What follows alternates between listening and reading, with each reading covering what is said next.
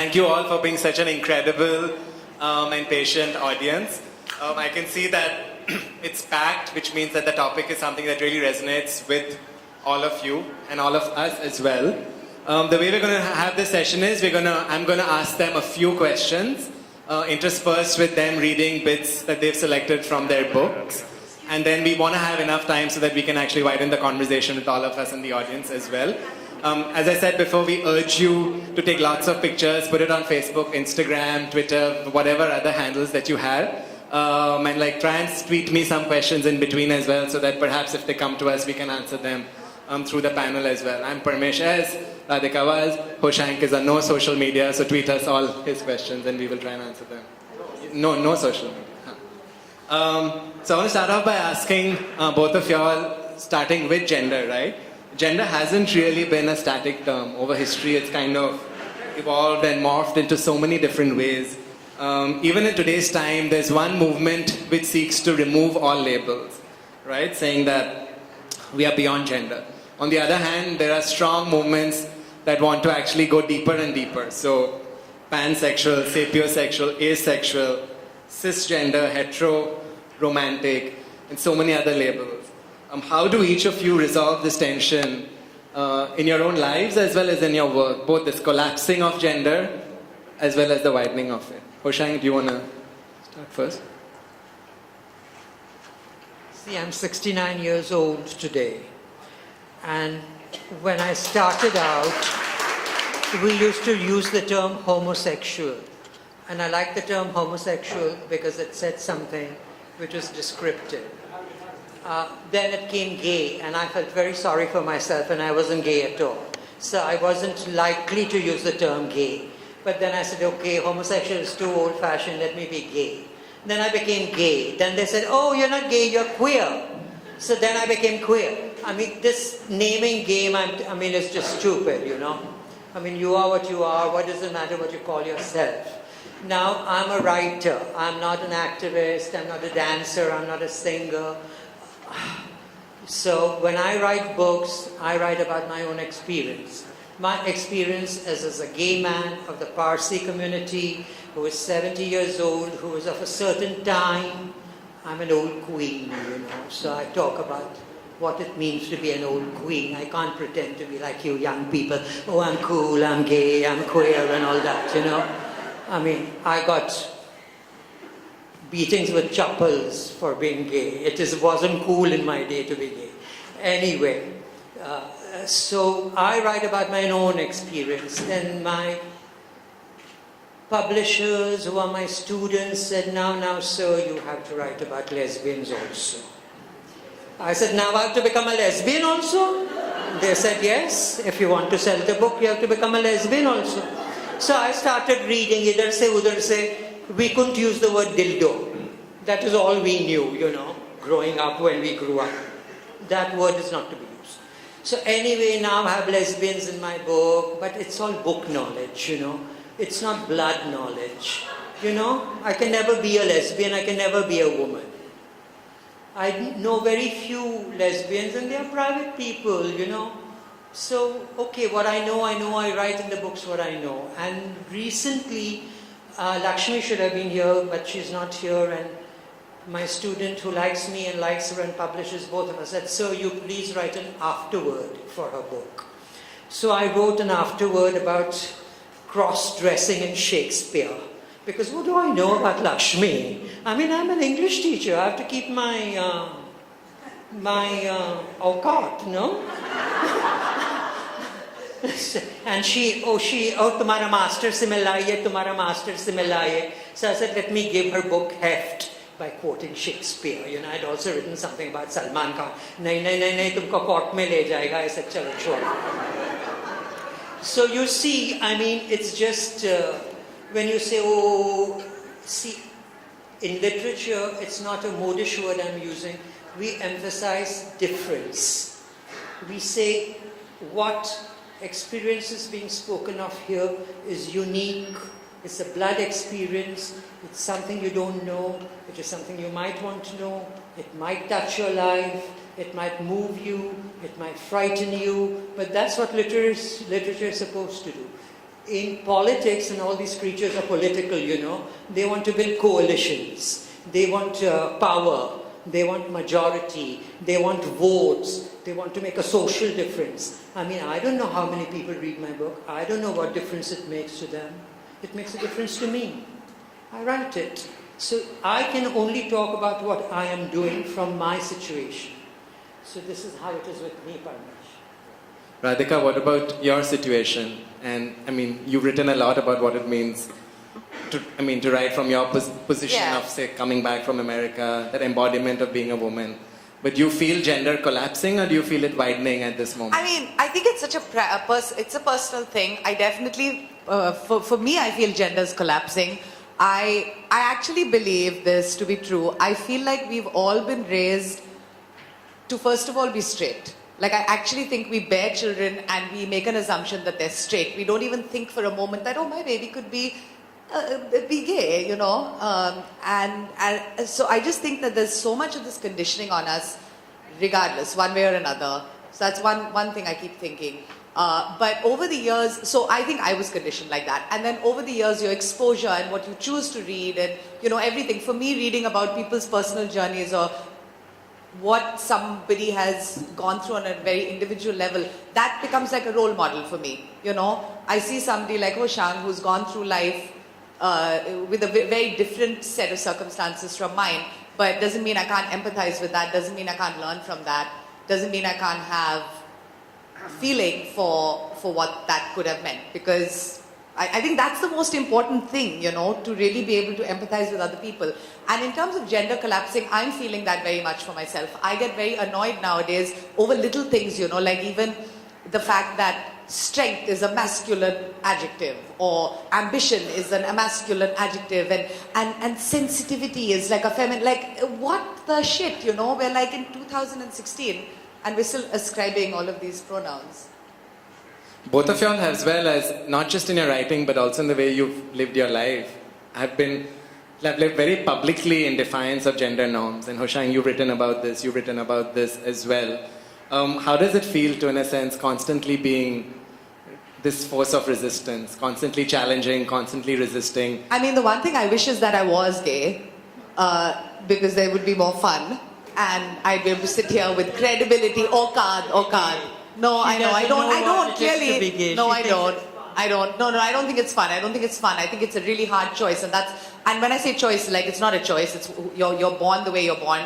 But to come out in our society is very hard, and I can't even imagine how hard that's made for people. So no, I say it very lightly, but I don't mean it like that. I definitely think as a woman, I've tried to step out as much as I can, and even talk about where I haven't stepped out. Like, I've definitely been guilty of being sexist towards myself. I've definitely fallen for a lot of the conditioning that was put on me. You have to get married, this is how you have to think. And this is how you have to be in a marriage. This is how you have to be in a relationship as a woman. And I've definitely felt that pressure. I've given into it. And I keep just trying to self-examine and stop doing some of that stuff. Hoshang? Parmesh thinks that I'm out front and all that, I mean, I was a sissy. I was born a sissy. I mean, I couldn't pass for a straight. I mean, I had no choice, really. And I couldn't hide, So, and finally, I mean, I was telling everybody I was straight, inventing girlfriends, and it was like that ostrich, with my ass feathers in the sky and my head in the sand. And everybody said, oh, yeah, you have a girlfriend, oh, how nice. And I mean, come on. That went beyond a point, and I said, look, I am what I am, let it be. But at the same time, people do live in a society which has these norms. Now, so my students will say, sir, to me. So then I'll say, how much of sir do you see in me? But, that's cruel, no? They're children. They're used to saying sir in school. So let them say sir if it makes them happy. It doesn't make me any less of a woman or less of a man or more of a man. So, I'm called sir a lot too, just so you know. You call me a sir? No, people call me sir. Yeah? Yeah. I've been called sir multiple times. I called the commissioner of police and he said, yes ma'am. I said, मैं कैसे जाऊँ इतनी बड़ी दाढ़ी लेके ma'am बन के उसके पास? चोरी करके जाने दो, मेरी इज्जत जाएगी कमिश्नरेट में. So, I mean, what do? You laugh about it. I'm tired of crying, now I laugh about it. Radhika, you make people laugh about it as well, right? Through your stand-up. Tell us about that. I mean, most of my stand-up, I don't know if any of you guys have seen my stand-up, but a lot of my stand-up tends to be very much about like talking about the double standards that women face as opposed to, like the double standards in society. But recently, in the last year, I would say, I've started to look into trying to make more humor around, just away, sort of like off the heteronormative environment that we're all born and raised in, like I'm just trying to use, I want to make fun of that because it's a really big problem. I mean, I was just talking to somebody in the author's lounge, and I was talking to this woman. I said, one of the things I find is I have a lot of friends who have children. I don't have children, but I have a lot of friends who have children. And when kids get to that age where we start teasing them of like of the opposite sex, that's all we tease them about. Like we would never tell a little girl, and I tell my nieces and nephews, like I call them my nieces and nephews. Now I'm like, so do you have a boyfriend or a girlfriend? You're allowed to have a girlfriend, by the way. And the mothers are like, what the fuck are you telling our kids? And I'm like, no, I just want them to know that that's actually a thing. No one told us that. And quite frankly, I think they did us a disservice. Yeah. Do you want to read us something? Yes. Shall I just do it from here? Either ways, yeah. Okay, all right. So this is from my book, which you must all immediately buy. It's called Unladylike, a Memoir. And actually, Times of India has called me effortlessly funny, so they really endorse this book. All right, don't look too closely.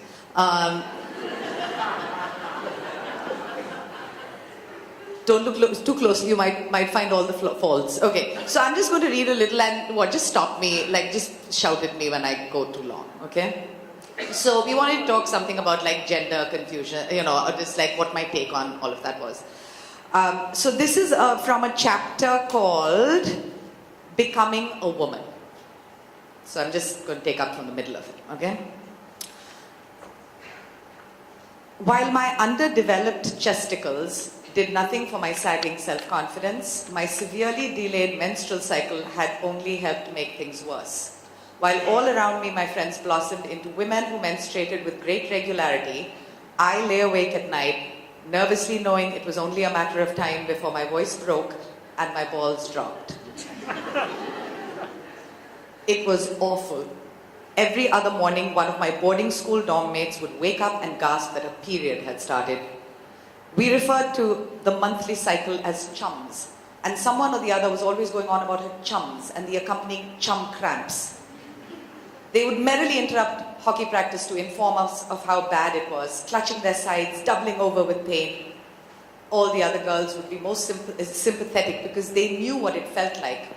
As everyone crowded around offering advice on how best to deal with the situation, I would try to be part of the gang, nodding my head and parroting anything any of the other girls said. Why don't you sit down, Nancy? You'll feel better. Yes, Nancy, sit down. Sit down at once. I chirped, filing away for future reference the fact that sitting down was preferable to standing up if Aunt Flo was visiting. Is it your second day? That's always the worst. Yes, the second day. The second day is the worst. The very worst. This was news to me, but I wasn't going to let on. Does anyone have any aspirin or Disprin? Why would any of us be carrying aspirin and Disprin to hockey practice? It was beyond me. But the girl asking the question had big tits and probably started chumming at the age of 4, so I followed her lead. And it goes on in this vein, basically to say that I developed very late. It developed very late, and it was a problem. Like, I really thought that, and that's the other thing, right? As a woman, like, from the age of like 13, 14, we're like, do you have your period? And do you have boobs? And do you have this? And do you have that? And if you didn't have any of those things except like a lot of leg hair, you started to think you were a man. And sometimes those scars remain with you till you're really, much older. Because they always say that, right? Like, if you're a fat person, you're always a fat person. Even when you get skinny, you're a fat person. So I think for some of us women who didn't grow up with, like, we weren't very feminine when we were young, we're always going to be a little bit boy, Yeah. But that's beautiful, and all of you must buy the book and have Radhika sign it, and buy both of Hoshang's books as well. I like how it talks about gender that is both embodied, but also like performed. And that's the thing about gender, right? It's not just your body. It is performativity. Yeah, and also that it's how sense. you feel about yourself, Yeah. right? And I just think there's not enough information out there, and I really do believe we're very old-fashioned when it comes to raising our kids. We don't let them know all the different ways things can go. And it's very sad because if they hear it from their homes, they just have so much more positive, I think, and they can be so much more powerful. Rather than to tell them at home that that it's wrong to be gay, that it's wrong to be trans, that it's wrong. And then you let those people who think they're doing something wrong out into the world, how are they going to survive? We don't de-link that, and Hoshang, which is why I think I've told you many times that you're a hero for many reasons. And one of the things is that you teach both. You're heroic, okay. And and it's exactly that. It's exactly that because you sit in a university in conservative Hyderabad, and through your body, through your performance, through the performative element of your gender, you queer literature in a very significant way. Tell us about this performance aspect of your own gender. Tell us about how you empower your students. I mean, how do you walk into class? Tell us how they react. I don't know. I used to go to class thinking I'm the only gay person in the world. And I would sit like this mermaid in Copenhagen on the teacher's desk and say, "Hello, boys and girls, I'm gay." And there were gay boys in the class who were shitting icicles, I didn't mean to be mean. I just wanted to be open because, when adults lie to children, children know. But this stupid adult didn't know that there were gay children also in this world. So, just because you're a teacher, I'm not a parent, so I don't know what children do or don't do. So, it's all hit and miss, hit and miss, hit and miss. And as I say, when you're tired of crying about something, you laugh about it. And also, I think you can say many things subversively through humor, no? You wouldn't accept me if I didn't make you laugh, right? You think I'm cute because I make you laugh. But I'm crying inside, I'm dying inside. But you don't want to know, that's the old Mera Naam Joker thing, Okay, fine. This is Mehboob Studio, to what to do. I'm a 60s queen. I grew up at Pali Hill with all the film stars. If I could tell you, I'd take 2 hours, never mind. I used to pick up men going to school, to Churchgate. I was in the 5th standard and I was picking up men going to school. It was I who was picking up the men. The men were not picking me up. I looked like an upper class kid, they were scared. But I would have been murdered. In today's Bombay, I would have been murdered. That was a benign Bombay, really. That was a benign Bombay. But I was in first class compartment, but even then, I was very, very outrageous. And I met this man after 20 years. He had become a famous scientist. He used to live across the street, actually, and we used to meet every Tuesday. I used to bunk college and he used to bunk his work. And I came back from America and I saw his picture in the papers, and I didn't have my chaliswa at that time. I said, "Bachcho, mere liye looking glass lao. ये इसके face के ऊपर मोल है?" "हाँ sir, इसके face के ऊपर तो मोल है." I said, "हाय रे, ये तो मेरा बॉयफ्रेंड है." "अरे सर, ये तो मद्रास में बड़ा प्रोफेसर है." I said, "मैं लिखता हूँ मद्रास को और कहता हूँ आप मुझे याद करो." Very sweetly he came like me on crutches to meet me. I wept. I wrote beautiful poems for him. I could read it if you want. But he was in crutches and he was a very famous scientist. He was shaking hands with Manmohan Singh on the newsreel. And then he died of a heart attack. But he brought back that whole Guzra Hua Zamana for me. I wrote like 20 poems in 20 days. Anyway, I'm not read us one. I'm not so fecund now. I'm in my menopause.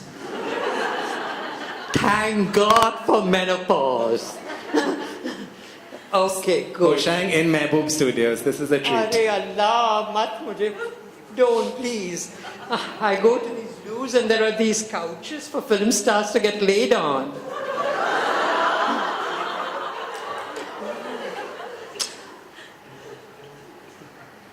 Acha, it's called A Lost Poem Retrieved, or an attempt to rewrite a poem after 40 years. 8:20, the suburban fast. Fits men on men, the train lurches through its halls, spewing out lonely men onto the last stage. Some reach undreamt destinations as they clasp each other's hands, hoping it will last.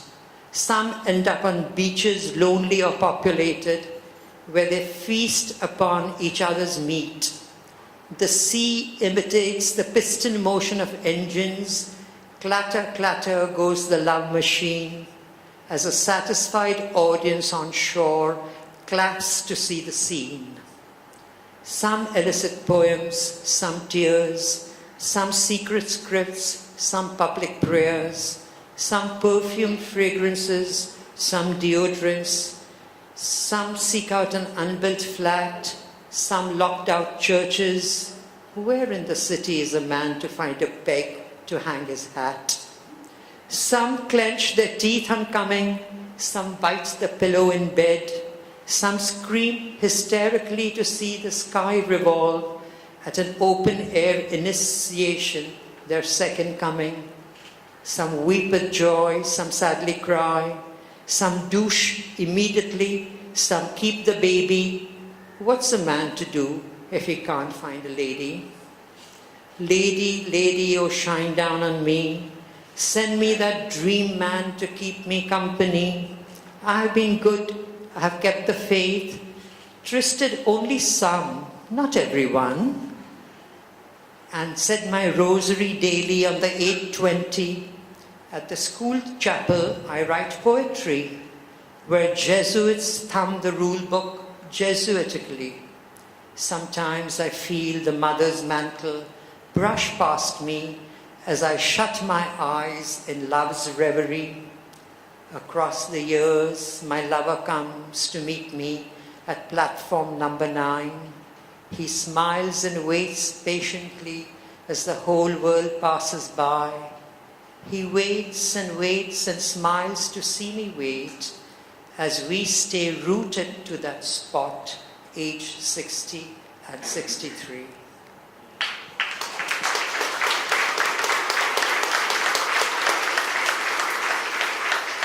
Beautiful. Thank you.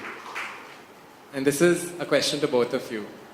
We talk about gender so often, but rarely about how it intersects with sex.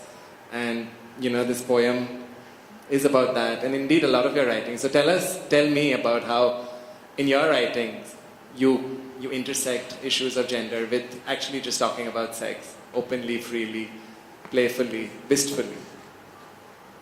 I think, well, there are a couple of things. One is, I write a book, but I also write, I write columns or whatever, but I also write for performance.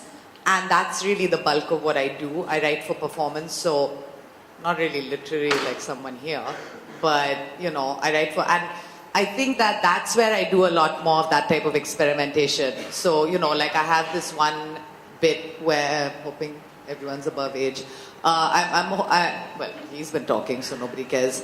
I write about how there's this whole thing among straight women where, some of them say they like giving blowjobs, and I think they're lying.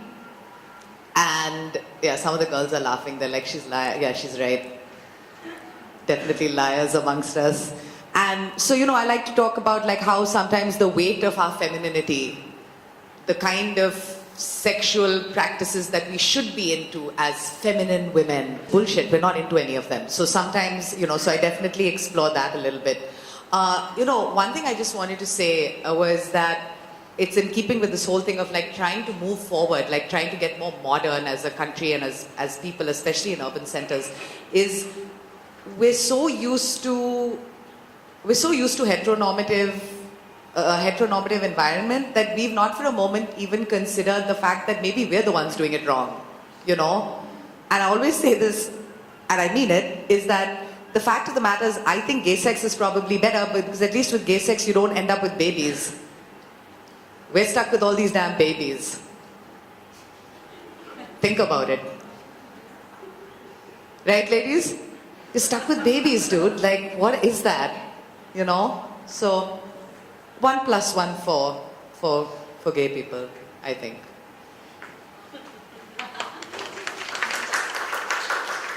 I'm only half joking, to be honest. Hushain? You see, we Indians are a nation of hypocrites. We love sex, but we don't want to talk about it. I love talking about sex to shock them. I don't have sex now, but I still am talking about sex. I will talk about sex till I die and still they won't accept it. ये तो दीवाना है, वो बुड्ढा दीवाना है. ठीक है, बुड्ढा दीवाना है, तुम क्या हो?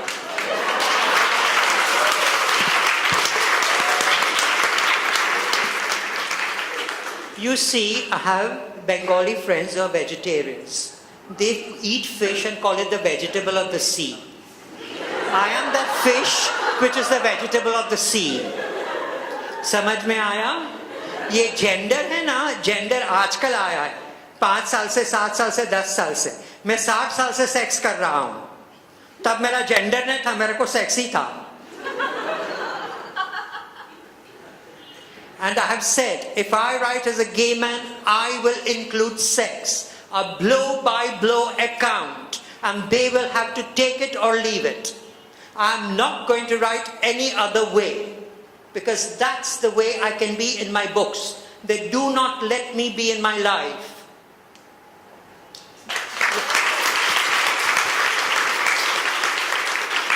I definitely think that that's a crossroads, like that's sort of like a meeting point for gay people as well as for women, quite frankly, because I do believe that nobody ever wants to know what women are thinking. Like sexually, we're supposed to be completely whitewashed, good girls, virgins until we're married, and then lucky us, we get that one guy who probably knows everything about our bodies. And then we have to stick with him for the next God only knows how long. And if we try and leave that, that's a whole other story.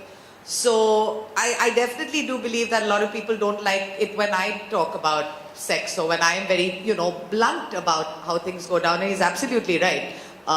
We're all having sex, but for some reason we don't want to talk about it or even act like it's happening.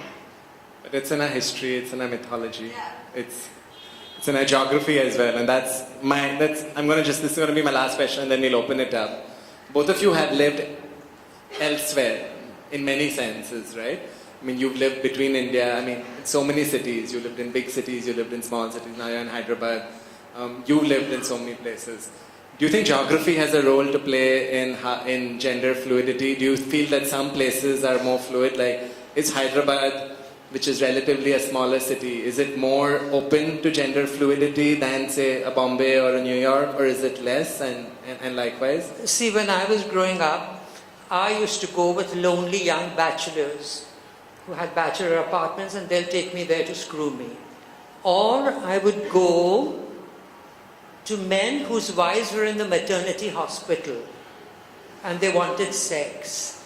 And then I was such an antsy kid, I would go to see the wife. And they say, "Tum mere husband ko jante ho?"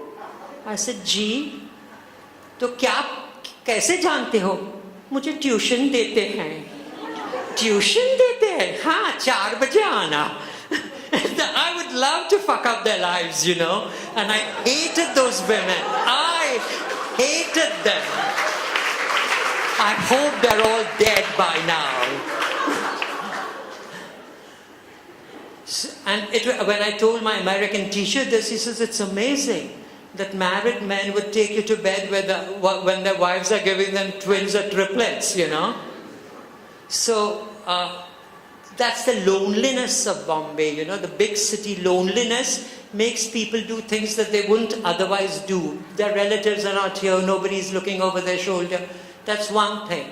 The second thing is I found out, Times of India, we just got out of the lift at lunchtime and somebody was going in. I was with my queen friend from Hyderabad. And this man came out of the lift to take my friend home. I said, "Look, Terry, they will give you sex, but you won't find love here. And you might even get AIDS." In Hyderabad, we have bad sex, but we have love. And we have relatively less all the queens who have come here to work in Bollywood have died of AIDS in Bombay. Hyderabad queens. The person who did the hairdressing for Dharmyan Kalpala Lajmi, she died of AIDS. They all come home to die. So this is my experience of big city, small city. But Hyderabad is not small anymore. It's, Cyberabad. I mean, not being gay, I definitely can't comment on what that experience is like across the world or across different cities. But just as somebody who has gay friends or who really does support the fact that same-sex love and marriage is the same as everybody else's, I feel very, very strongly about that actually. But in that way, I definitely think that the more law and order is, it comes down to the law. Like, I actually feel like it's the same for feminism and women, right? There are 3 places where we all are affected by things like this. It's at the government level. So when you have laws that criminalize something, you're going to have people reacting to people in that way, whether it's on the street or in their home. So even your own parents think it's okay to call you names because the government has criminalized what you want to do. I feel like if that changes, that does help things move along. So, when you see a very liberal view of people, that people take of gay people in, say, I don't know, Scandinavia or England or America or wherever it is. I don't know, I haven't lived in those places as a gay person, but I'm just saying, I think part of it has to do with the fact that they've changed some legislations. And I believe if we do that, we might see some movement here. I think it's the burden of colonialism. Because I was in Iran, and homosexuality is not a very, it's a taboo subject under Islam. But the young boys are allowed to have same-sex relationships because it's better than getting a girl pregnant. And my Iranian boys, who were younger to me, they would say, but you are not a criminal. I mean, they were with me, they didn't feel like criminals, but they knew that I felt like a criminal, and they said, you're not a criminal. And I would say, oh wow, somebody is decriminalizing me at last. But because this is that thing from the colonial, that 377 thing that we are suffering from. And no, but it is colonial, but they left a while ago, Hoshang, and I feel like we're really upholding it, frankly. We're allowing it to continue to be part of our lives. And on that note, I'm going to open it up to conversations.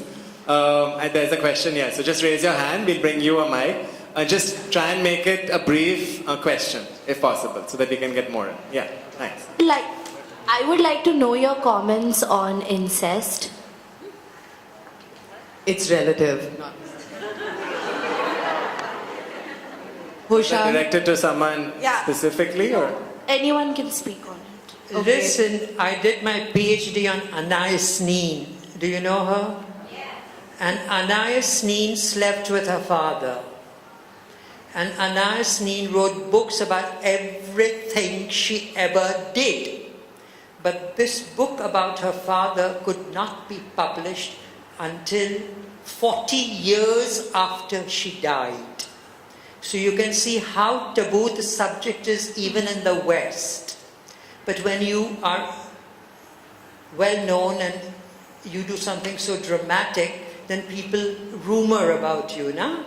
So they will say, what's wrong? Oh, Auden asked, what's with Anais Nin? And she has written, he is a poet, he should know, And then she was asked when she became famous, Miss Nin, what do you think of incest? And she would always say, incest is better than lovelessness. So that's my take on incest. But I dare not sleep with my father or my mother. I had dreams about my sisters, yes, but oh my God, never about my parents. On the left there? Yeah.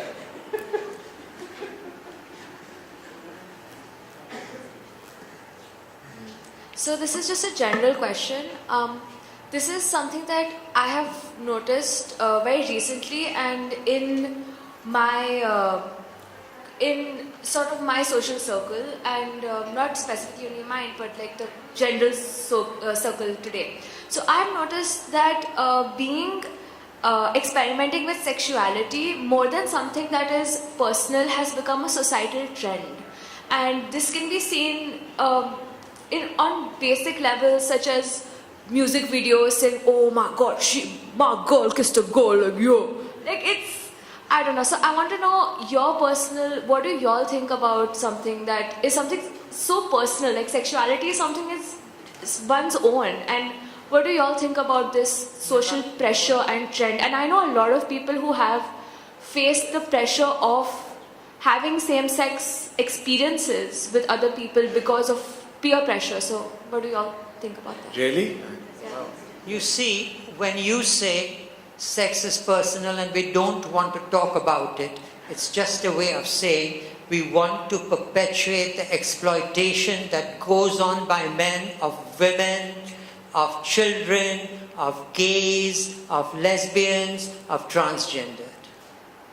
One way of saying is don't talk about it, it's personal. It's not personal, it's social. You are exploiting me and I'm going to scream in your face. It's not personal. I was fucked on the streets of Bombay when I was 10 years old. I'm lucky not to be killed. It's not personal, it's social. Pornography is not personal, it's social. These are social problems, these are not personal problems. I agree with that. I definitely think it's not just personal. It's social. It's very political. The one thing you mentioned that like there's so much pressure to be sexual. Actually, I think you're right. I think that there's a lot more pressure on this generation to be sexual. We were told to be virgins. I feel like they're being told the opposite. And there's something interesting here that I was talking to a young man again at the Authors Lounge. That there is a group of people that are completely being ignored in all of the same sex, different sex, lots of sex, everyone has sex, is people who are asexual. There is people who do not want to, they have a different physiology, they're not sexual, they don't need to be sexual, they identify as ace. And there's so much, can you imagine the pressure on them? Like, are you gay, are you straight, what's he up to? Like they'd be so concerned about everyone else's fucking sex life. And it's ridiculous because as you get older and older, as Hoshang I can tell you, sex actually becomes a rather small part of your fucking day. Talk for yourself.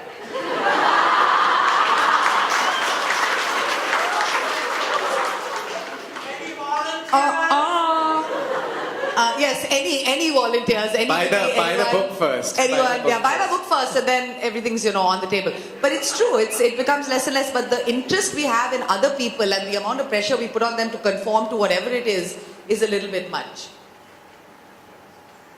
Yeah, sure. I mean, are there any questions at the back? Otherwise, yeah, then here. Just raise your hand so we can see. So Yeah. as you said that naming is stupid, but then there is power in naming. So my question would be, and we see this in the very category when we call this lesbian category, or when we refer this category as gay and not lesbians. So, I mean, it is not free from the gender hierarchy and domination. So how do you see this? What are you talking about labeling and Yeah. all that? Okay, so I'm not sure if I understand your question fully, but just coming back to the original point of labeling, I actually, as a feminist, always say it's important to take on whatever label it is that, whatever it is that you're fighting for, it does usually have a name. And I think sometimes it makes sense, it's a personal thing again. If you don't want to be called, if you are gay and you don't want to refer to yourself as gay, you want to call yourself something, that's up to you, that's your personal decision. But I do believe that a lot of the strength in a movement comes from more and more people identifying with it, and sometimes just you have to name things. You're right though, there has been a lot of talk about the fact that the word gay doesn't include lesbians. A lot of lesbians don't like to be called lesbians, so I'm going to let this lesbian speak. They're so frightened of you. Thank you, Mr. Homosexual. See, gender is fluid. And sex is fluid, and sex is for human fulfillment. Sex is not a matter of shame. The more you realize your potential as a human being, the better human being you will be. It takes courage, but you have to have that courage if you love yourself. See, politics is, I told you, in making coalitions. You need labels for politics. You need people to fight under labels, under groups. But you don't live, you sleep alone and you sleep with your lover if you're lucky.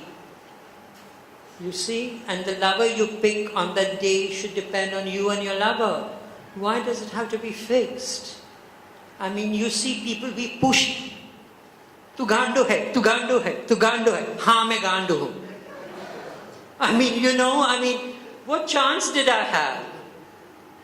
You see, that is a terrible thing to do to another person or to yourself. To convince yourself कि हाँ मैं गांड हूँ, अभी मैं चोटी उगाऊँ, दाढ़ी भी उगाऊँ, आगे से मर्द और पीछे से औरत.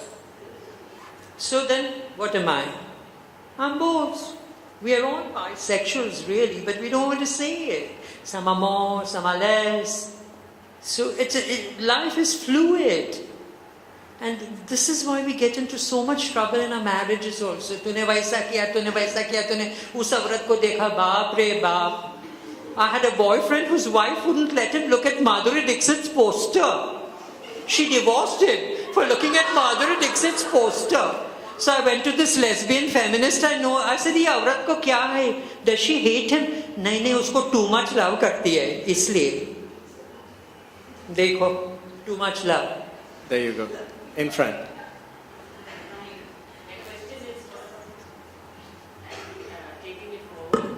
From what you said, sex as a weapon. And I don't mean as a weapon. The first thing would come to mind is abuse. And I mean a weapon which is used between couples, where sex is used to make points, score points. What do you have to comment on that? You mean like when a husband and wife fight and the wife's like, well, you're not getting laid. And so the woman's using it as a weapon to control her husband.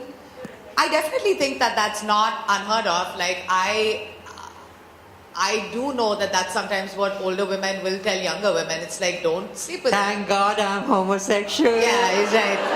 He's right. Thank God he's homosexual. No, it's true. It's like, why do you don't sleep with your husband and then he'll come around to whatever. I'm like, I don't know if all of that works, frankly. It's like using your children as a weapon. I think it's kind of counterproductive to your relationship. Yeah, I don't know. Yeah. Yeah. Do you want to go back there? Sorry. Yeah. Oops. Can we come back to you? Yeah. Thanks. Alright, so this is something that I sort of came across while reading Margaret Atwood in lit class. So our teacher said that humans are not meant to be monogamous. So that's just something that I have always thought about because I've always been a serial monogamist and I just would like to know your views on that. Views on monogamy. I mean, that's what everyone says, right? That we're not supposed to be monogamous on one hand, then on the other hand, we all shove down that church aisle to, say I do. Come to the next session, ethical slut. I'll talk about that. What about monogamy? We are not monogamous creatures. We're not. But there is a new ethical slut. How can you be ethical and be a slut? Come and listen, I can tell you how. You can't. That's the take. Anyway, yeah. come. It'll be a good. It's about the idea that you can actually, in a healthy way, have more than one partner, and it's cool. If you so choose. If you so choose. If you so choose. Yeah. Otherwise, it's called something else. I was looking for the dyke on the panel to ask this question too, but there isn't one, so I'll ask you guys. Lesbians are still fairly invisible, even in the law. I mean, lesbians are not even, their criminality is not even recognized. It's absolutely invisible. But then on the other hand, you've made really important points on maybe there is deliciousness in the invisibility and not having to codify everything in a marriage and monogamy. So can you talk a little bit about that, A, and B, Hoshang, I have such a crush on you, will you marry me? Of course not! You evil woman! Let me go to a nunnery. Will you answer that? Lesbian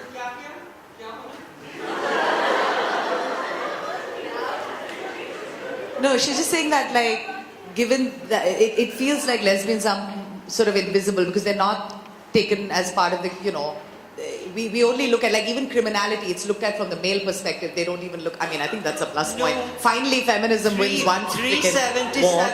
377 doesn't criminalize women because it talks about penetration. And Queen Victoria, who I think was a little lazy, said, there is no such creature in my realm. Because she would have to go to jail by her own law. So you're safe. No penetration because women don't have hands.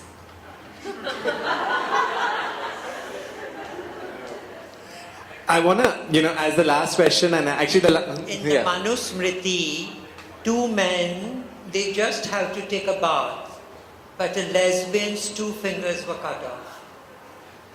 So it depends on society because the pristine purity of a virgin before marriage was very highly prized.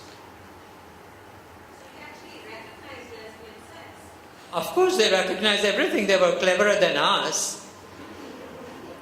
So, but building on that, actually, so we have a history, we have a mythology in which gender fluidity is vast and magnificent.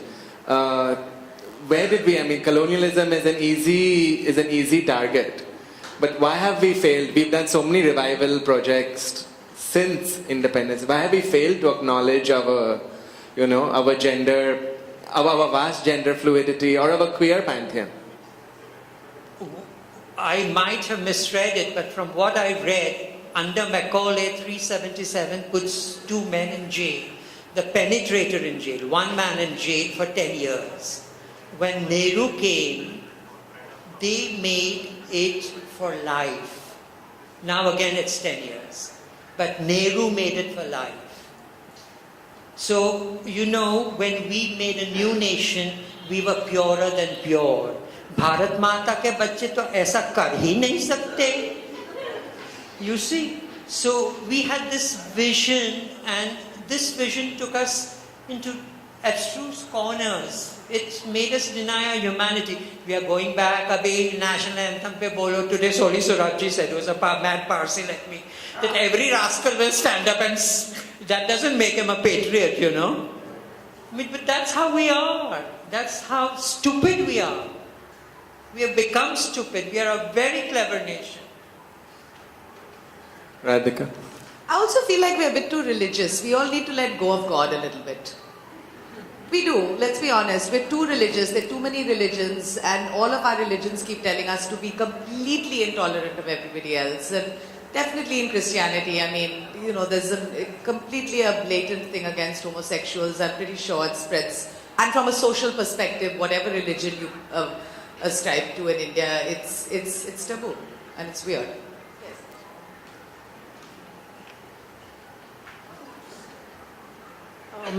I've been through a lot of all this and thought about it very deeply and been very moved by it, and I'm sensitive to what people experience and feel. And then I went into spiritual philosophy, and I found that I was able to go beyond any labels, any gender. I mean, labels and gender didn't mean anything to me, and the relationship became important. The emphasis was more on the relationship. It didn't matter what the person was or who, or if it was an object or if it was not an object. It didn't matter to me. And that's spiritual philosophy is what liberated me from all this. So I just thought I'd share that with you. Thank you so much. And actually, if I can have 2 more minutes. Not religion. I got that. That's why I didn't start arguing with you. I was like, wait a minute, but I got it. Yeah, she said spiritual, not religion. Thank you. And actually, before we end, if I can just request Hoshang to do the last bit and read us something, a little something from your book first, before we end. No, yeah, this one. This book.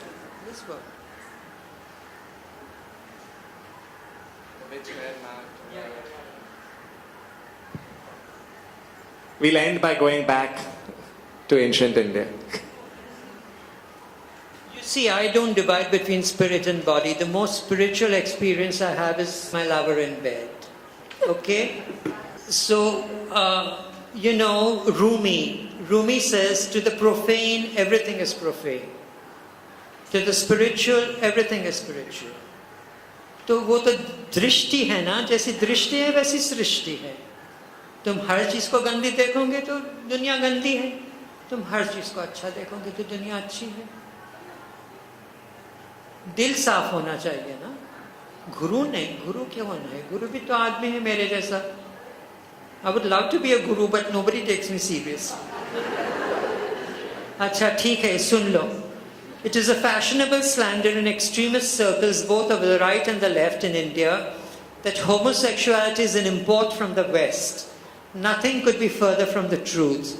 Androgyny, transvesticism, transsexuality, eunuchism, homosexuality, narcissistic self-love, homoerotic servitude. All these are mentioned in India's creation myths. On the walls of Khajuraho, even the coupling of two male monkeys is depicted. So sexual play, Leela, runs the gamut from God to beast and back again to man in perfect godlike humanity. At Badami and Elephanta, Shiva dances Ardhanareshwar. He is bisexual, half man, half woman, half Shiva, half Shakti. Now nowhere else but in the cave temples of Western India are these icons to be found. One half has lasya, womanly grace. The other half tandava, manly vigor. It is the fear of the other that has made modern man schizophrenic, divided Shiva from Shakti. People think this is 5th century AD. Some put it as early as the 2nd century, that is Danielu. Somebody talked about Danielu to me. Shiva dances his bisexual dance in the dark, and with each turning makes night and light. With each turning of the god dawns a new eon. Jung tells us that woman symbolizes night, darkness, new moon, water, feeling, intuition, the left hand. Man symbolizes light, the sun, reason, action, the right hand. There is a man, a woman, and a child in all of us. Both are needed for creation, and both are reconciled in the breast of every man, woman, and child alive. Thank you.